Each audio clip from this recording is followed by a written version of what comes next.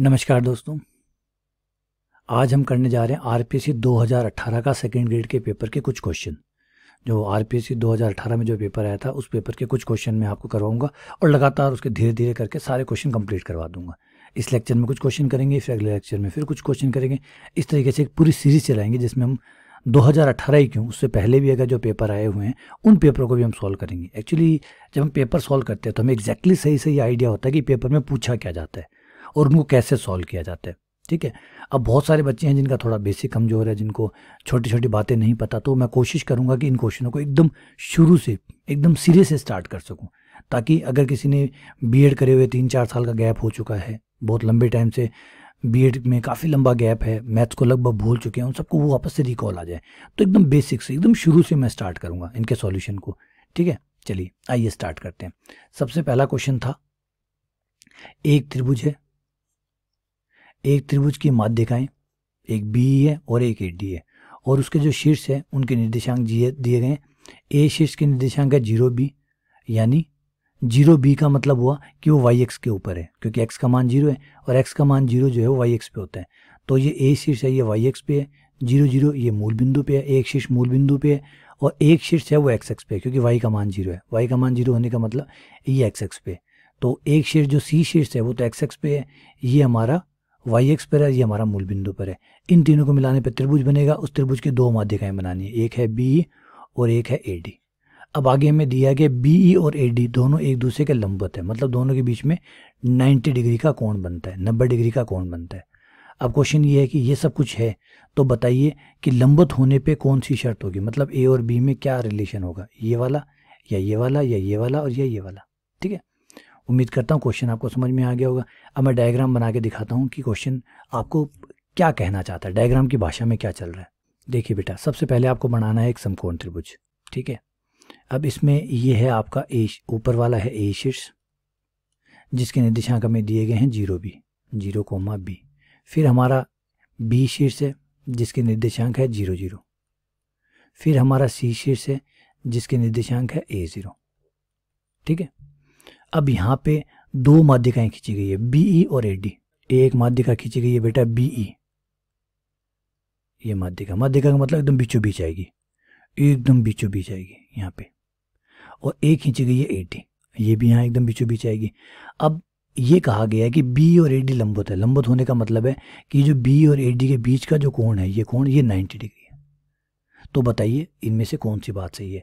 अगर आपको कंसेप्ट थोड़ा सा याद आता है कि दो रेखाएं लंबवत होने की क्या शर्त होती है, दो रेखाएं जब लंबवत होती है ज्यामिति के अंदर, जब दो रेखाएं लंबवत होती है तो उसकी कोई शर्त आपको याद आती है?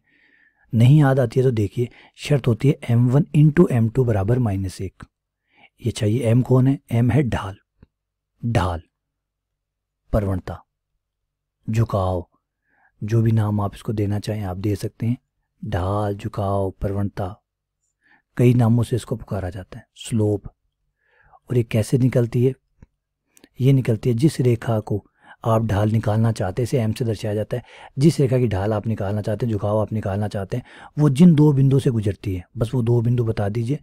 और y2 - y1 बट्टा x2 - x1। बेटा एक चीज़ याद रखिए, आप भूले ज़रूर हैं, इसका मतलब ये नहीं कि आप परमानेंटली भूल गए, क्योंकि ये चीज़ें आपने पढ़ी हुई है, और 1-2 साल नहीं है, 12 साल स्कूल के प्लस 3 साल कॉलेज के, यानी आपने 15 साल इस चीज़ों को पढ़ा है। तो बस थोड़ी सी धूल आ गई है, थोड़ा सा धुंधलापन आ गया है, तो जैसे जैसे हम रिकॉल करेंगे आपको सब चीज़ें याद आ जाएंगी। अगर आप, क्योंकि ऑब्वियसली बात है, जब बच्चा 2 साल बीएड करता है तो लगभग वो मैथ से कट जाता है, तो मैथ्स को भूल जाता है, तो थोड़ा थोड़ा धुंधलापन है वो धीरे धीरे क्लियर हो जाएगा। अभी जैसे फॉर्मूला मैंने लिखा आपको याद आ गया होगा कि हाँ ऐसा होता है। तो ढाल जो होती है वो y2 - y1 बटा x2 - x1 होती है। तो हमें दोनों रेखाओं की ढाल निकालनी है, किसकी? बी की और एडी की। लेकिन एडी की ढाल हम निकाले कैसे? डी के तो निर्देशांक है ही नहीं हमारे पास। तो बेटा डी के निर्देशांक हमारे पास है, क्यों है? क्योंकि ये माध्यिका है, और माध्यिका का मतलब होता है मध्य में आने वाली। तो डी जो है वो मध्य बिंदु है, और मध्य बिंदु के निर्देशांक आप दोनों को जोड़ के 2 का भाग दे के निकालते हैं। अब आप क्या करेंगे, दोनों को जोड़ेंगे और 2 का भाग दे देंगे। तो ये लिया 0, ये लिया a, और 0 + a और 2 का भाग, तो ये हो गया a/2। फिर 0 + 0, 0, 0 बटा 2, 0। ये लीजिए डी के निर्देशांक आ गए। बी के निर्देशांक निकालें तो इन दोनों को जोड़िए और 2 का भाग दे दीजिए। तो 0 + a, और ये आपका आ गया a/2। b + 0, b/2, b/2। ये लीजिए आप निर्देशांक आ गए। अब बेटा निर्देशांक आ गए तो अब ढाल भी आ जाएंगी। सबसे पहले m1 निकाल लेते हैं। m1 इसकी ढाल, मान लीजिए b की ढाल निकाल रहे हैं, तो b की ढाल हुई y2, ये आपका x1 y1 होगा, x1 y1, ये हो जाएगा आपका x2 y2।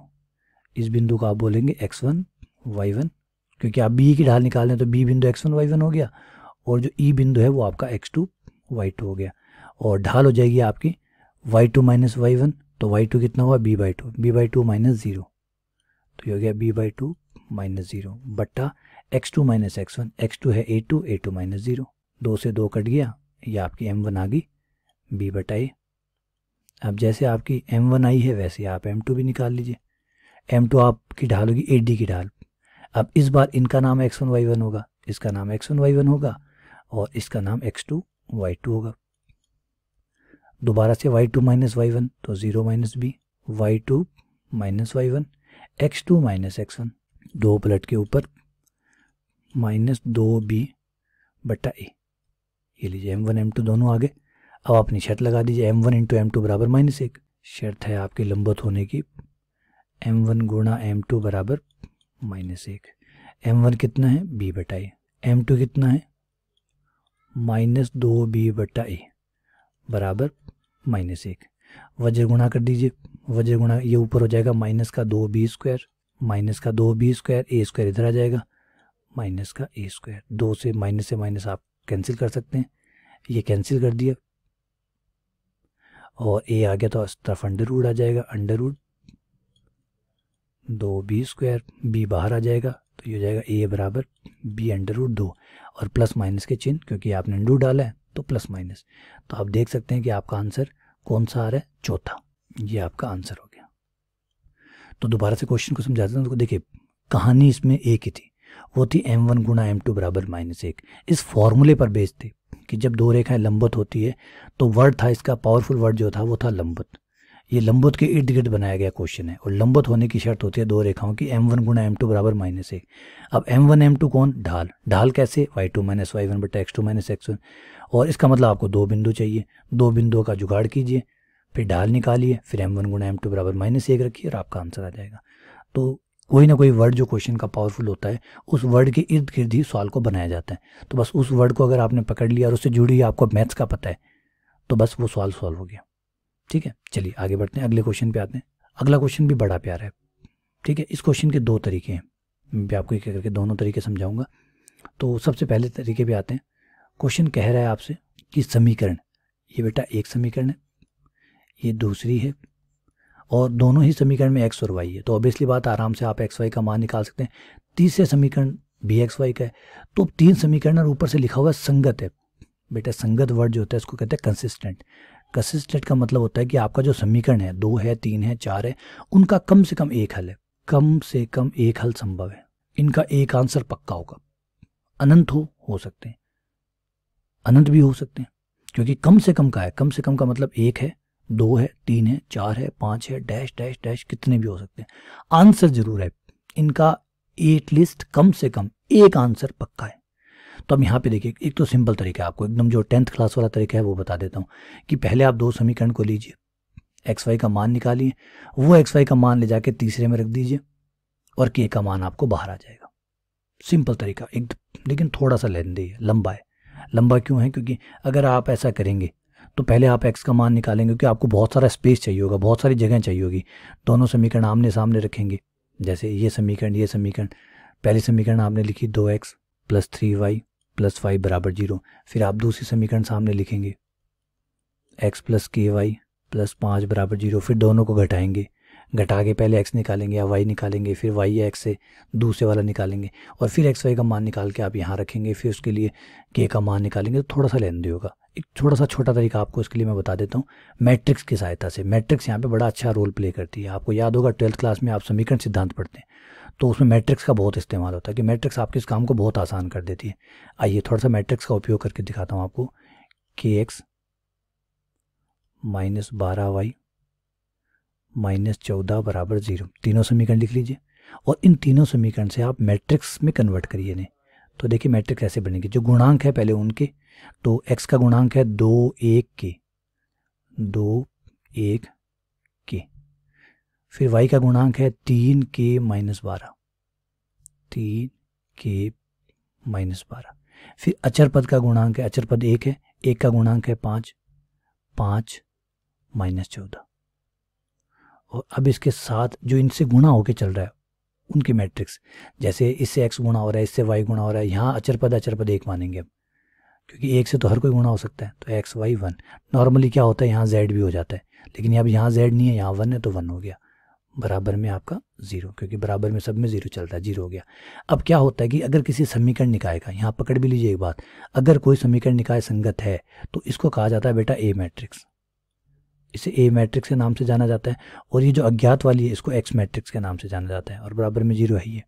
अगर कोई भी समीकरण निकाय जिसका अगर एक सॉल्यूशन है, कम से कम एक सॉल्यूशन है, यानी वो संगत है, तो संगत होने का विशेषता ये होती है कि जो ए है उसकी सारणी का मान हमेशा 0 आता है, अगर संगत है तो, ठीक है ना। यहाँ से पकड़ लीजिए ए एक्स बराबर 0 हो, अगर ए एक्स बराबर 0 हो और समीकरण का कम से कम एक आंसर आ रहा है, तो इसका मतलब है कि ए की सारणी का मान 0 है। तो आप यहाँ पे ए की जो सारणिक है उसका मान 0 रख दीजिए और के का मान निकल जाएगा। देखिए ये ए की सारणिक 2 3 5 1 के 5 के माइनस 12 माइनस 14, और सारणिक का मान निकालेंगे तो आप पहले 2 से विस्तार करेंगे, 2 लिया, वज्र गुणा किया तो यह आ गया माइनस का 14 के और माइनस 12 पंजे 60, ये 60 हो गया। फिर माइनस का 3, तो ये माइनस का 3 लेते ही आ गया माइनस का 14 माइनस का 5 के प्लस ये 5, ये आ गया माइनस 12 माइनस के स्क्वायर बराबर में 0, ब्रैकेट्स खोलिए, ये आ गया माइनस का 28 के प्लस का 120 minus minus plus 42 minus minus plus 15 के 12 पंजे 60, ये 60 हो गया, ये माइनस का 5 के स्क्वायर बराबर 0, ये माइनस का 5 के स्क्वायर आ गया, ये माइनस का 28 प्लस का 15, तो ये माइनस का 13 आ गया, और 120 में से 60 गए, 60 ये बचे और 42 ये हो गए, तो 102 ये हो गए। अब आप इनमें माइनस का भाग दे दीजिए, माइनस 1 से गुणा कर दीजिए, तो आपकी समीकरण यहाँ बन जाएगी 5 के स्क्वायर प्लस 13 के माइनस 102 बराबर 0। अब आप इसके जब गुणनखंड करेंगे तो 510 चाहिए आपको, और 510 जो है 510 आप आएंगे 30 और 17 के गुणनखंड में, एक 30 कर दीजिए और एक 17 कर दीजिए, 30 और 17, और तब आपके गुणनखंड बन जाएंगे इनके, ये आ जाएगा एक k प्लस 6, ए गुणनखंड बनेगा आपका k प्लस 6 और ए गुणनखंड आपका बनेगा 5k माइनस 17, तो k का मान एक आ जाएगा माइनस का 6, k का एक मान आ जाएगा माइनस का 6 और k का एक मान आ जाएगा 17/5, जिसके हिसाब से हमारा आंसर 3 जो है वो सही हो गया। k का मान -6 और k का मान 17/5। तो ये देखिए, ये अब आपको लग रहा होगा ये लेन दिया बेटा, ये इसके मुकाबले जो आप एक्स वाई का मान निकाल के जो 10th वाले तरीके से अगर आप करते थे तो आप 10th के हिसाब से कर सकते हैं, एक 12th में आपने मैट्रिक्स पढ़ी है उसके हिसाब से कर सकते हैं। ये इतना सब कुछ लिखने की जरूरत नहीं है आपको, ये तो मैंने समझाया इसलिए मैंने लिखा है। आप तो सीधा सारणिक बनाएंगे ना, आप क्यों ये माथा पच्ची करेंगे?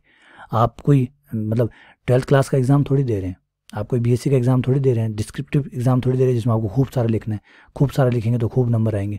यहाँ तो आप सीधा सारणिक बनाएंगे, ये लिखेंगे और इसको सॉल्व करेंगे, बस इतना हिस्सा आप सॉल्व करेंगे, और वो भी आप 1 बाय 1 क्यों लिखेंगे, सीधा ये आया सॉल्व किया, ये आया भाग दिया, टुकड़े किए, और यहाँ आने के बाद आप ये क्यों लिखेंगे? आपको खुद ही पता है ब्रैकेट आ गए, मतलब k का मान -6 है और k का मान 17/5 है। तो ये जो जितनी लाइनें दिख रही है ये मैंने समझाया, इसलिए मुझे तो सब कुछ लिखना पड़ेगा, क्योंकि मुझे तो समझाना है, तो मुझे तो सारी बातें बतानी पड़ेगी। आपको तो सीधा यहाँ से स्टार्ट करना है और ये सीधा करना है, काम हो गया। ठीक है, चलिए आगे बढ़ते हैं अगले क्वेश्चन पे। ये देखिए, ये भी अच्छा सवाल है, ये बीएससी का सवाल है, ये ग्रेजुएशन का सवाल है। इसमें कहा गया कि अवकल समीकरण के लिए आपको समाकलन गुणांक ज्ञात करना है। तो ये जो समीकरण होते हैं जिसका अवकल समीकरण जो है जिसका समाकलन गुणांक ज्ञात करना है, वो रेखिक अवकल समीकरण आपको बनानी पड़ती है। रेखिक अवकल समीकरण कुछ ऐसी होती है, प्रथम कोटि प्रथम घात की रेखिक अवकल समीकरण इन्हें कहते हैं। और समीकरण को पहले आपको ऐसे लिखना होता है, इस तरीके से, dy/dx प्लस py बराबर क्यूब, यानी dy/dx के साथ कुछ भी नहीं होना चाहिए, अगर है तो भाग दे दीजिए। जैसे आप यहाँ देख पा रहे हैं 1 - x² dy/dx के साथ है, तो ये नहीं होना चाहिए, भाग दे दीजिए। जैसे आप भाग देंगे तो ये हो जाएगा आपका dy/dx बराबर -x बटे 1 - x स्क्वायर, y बराबर 1/1 - x स्क्वायर। ये लीजिए, ये हो गया। अब आपका p जो है वो कन्फर्म हो गया कि p कौन है, ये आपका p है। ये जो y के साथ है देखिए तुलना कीजिए, ये आपका p हो गया। p आपको मिल गया -x, बेटा माइनस प्लस का ध्यान बहुत रखिएगा, थोड़ी सी गलती आपके आंसर को बिगाड़ सकती है। ये p हो गया। अब समाकलन जो गुणांक होता है उसके लिए फॉर्मूला, समाकलन गुणांक का जो फॉर्मूला होता है वो होता है e की पावर पे है, ये नीचे नहीं है, e की पावर पे समाकलन p dx, इसे समाकलन गुणांक कहते हैं। e की पावर पे समाकलन p dx, ये आ गया आपका p -x बट्टा 1 - x स्क्वायर और dx।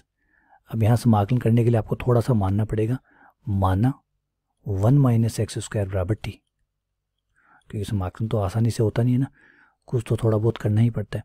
तो x स्क्वायर का हो जाएगा 2x अवकलन 2x dx और t का हो जाएगा dt। अब आपको x dx -x dx आप अपने साथ रख लीजिए, 2 को इधर भेज दीजिए, तो -x और dx आप अपने साथ रख लेंगे और 2 को आप इधर भेज देंगे, तो ये dt बटा 2 हो जाएगा। तो यहाँ पे आपका चेंज हो जाएगा e की पावर -x और dx मिला के dt बटा 2 आ गए, 1 - x स्क्वायर की जगह t आ गया, तो ये आपका आ गया dt बटा 2t। 1/2 आपका समाकलन से बाहर आ जाएगा क्योंकि नियतांक है, और 1/t का हो जाएगा log t। अब आपको 1/2 को पीछे ले जाना है, 1/2 आपका पीछे चला जाएगा पावर में, तो ये आ जाएगा log t की पावर 1/2। और e की ऊपर log होती है, यहाँ पे एक नियम में याद दिलाऊंगा आपको, e की ऊपर log है और फिर वो मान लीजिए m है, तो फिर e और log दोनों हट जाते हैं, m आ जाता है।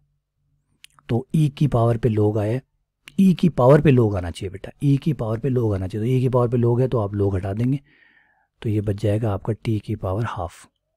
और t कौन था, 1 - x स्क्वायर, और हाफ का मतलब क्या होता है, अंडर रूट, तो ये आ गया √1 - x स्क्वायर। ये कौन है, समाकलन गुणांक, तो ये रहा आपका समाकलन गुणांक।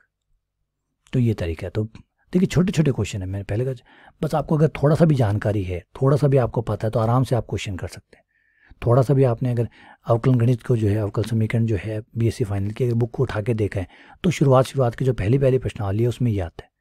तो ऐसा नहीं कि क्वेश्चन में कुछ बहुत ज़्यादा कॉम्प्लिकेटेड चीज़ें पूछी है। और जैसे कि मैं बार बार समझा रहा हूँ, अगर आपको ये लग रहा है कि मैंने इतना सारा किया, तो मैं समझा रहा हूँ इसलिए मुझे इतना करना पड़ रहा है। आप अगर इस टाइप के अगर 10 क्वेश्चन निकाल लेते हैं, तो ये लाइन लिखनी नहीं, आप सीधा यहीं से भाग देंगे ना, यहाँ से सीधा भाग देंगे, सीधा पी निकालेंगे, समाकलन करेंगे, आंसर आ गया आपका। आपके लिए तो मात्र ये 30 सेकंड या 40 सेकंड का क्वेश्चन है। मैंने अगर इसको 3 मिनट या 4 मिनट में समझाया, तो क्योंकि मैं समझा रहा हूँ और शुरू से समझा रहा हूँ, स्टार्टिंग से, इसलिए मुझे टाइम लग रहा है। अगर मैं खुद इसको करूं तो 20 सेकंड या 25 सेकंड में इसको कंप्लीट कर दूं मैं। ठीक है, चलिए आगे बढ़ते हैं। अगला क्वेश्चन देखिए। अब a की पावर 100 निकालनी है आपको। a की पावर 100 का मतलब a को 1 के साथ 100 बार आपको गुणा करना है। थोड़ा लंबा हो जाएगा लेकिन कोई बात नहीं।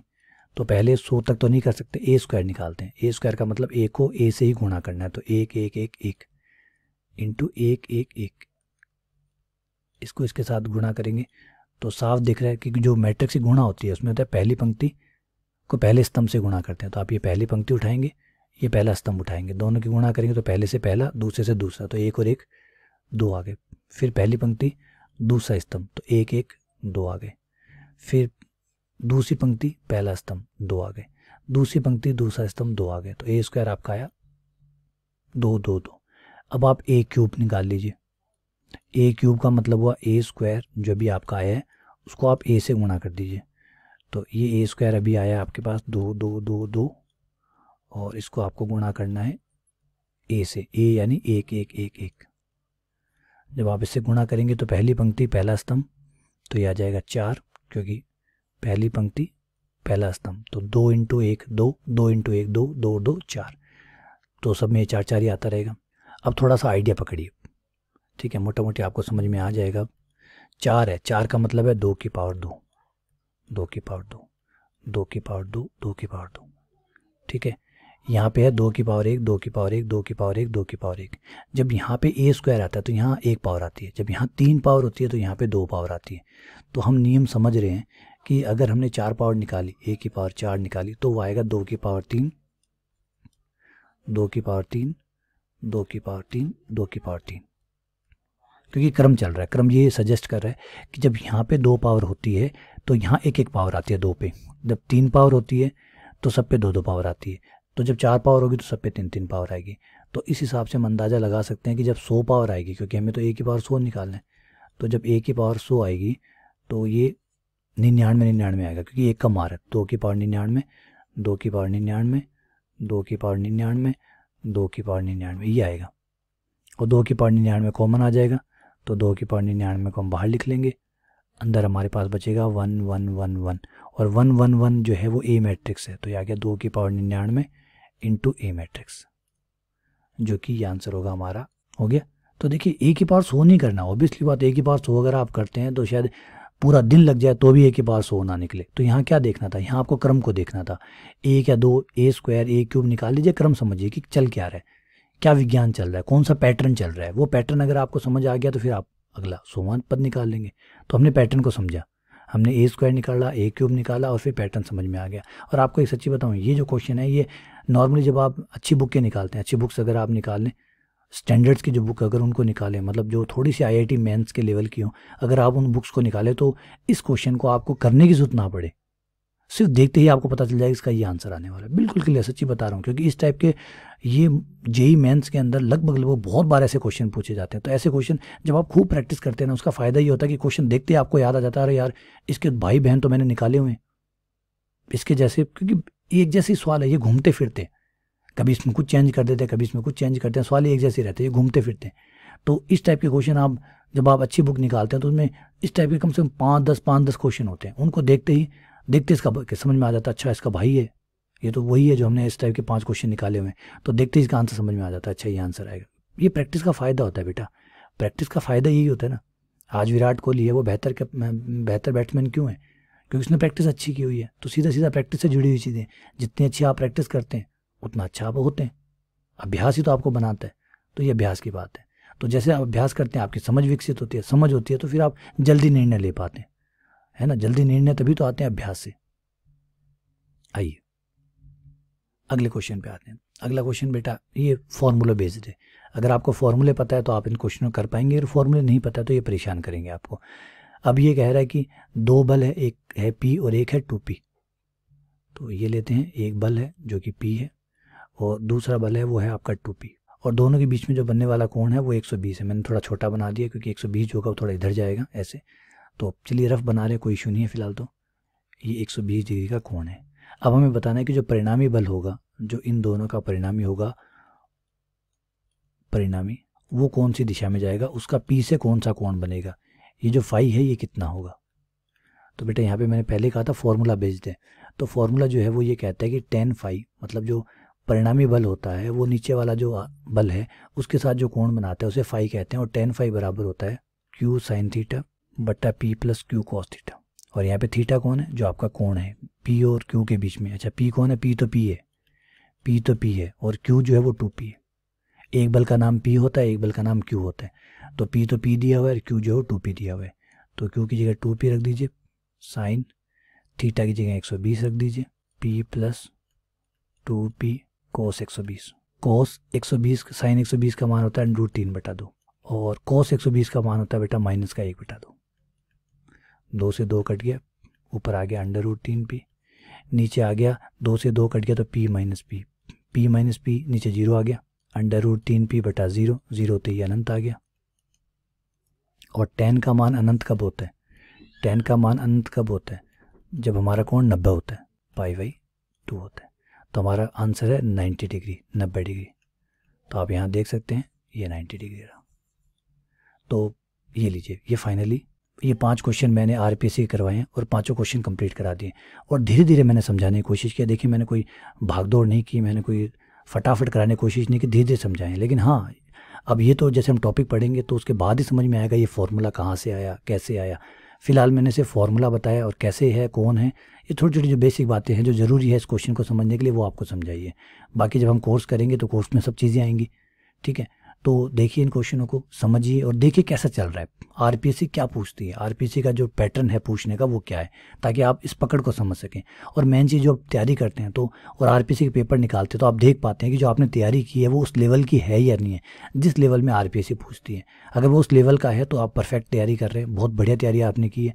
ये एक अपने आप का मूल्यांकन करने का तरीका है, ठीक है, उम्मीद करता हूँ आपको ये लेक्चर सीरीज़ अच्छी समझ में आई होगी, और अगले लेक्चर में मैं अगले और 5 क्वेश्चन लाऊंगा, और धीरे धीरे इस तरीके से हम कंटिन्यूसली चलते रहेंगे, ताकि आपको एक आइडिया भी होता रहे कि आपने जो पढ़ा है वो उस लेवल का है या नहीं है। ठीक है, चलिए बहुत बहुत धन्यवाद, शुक्रिया।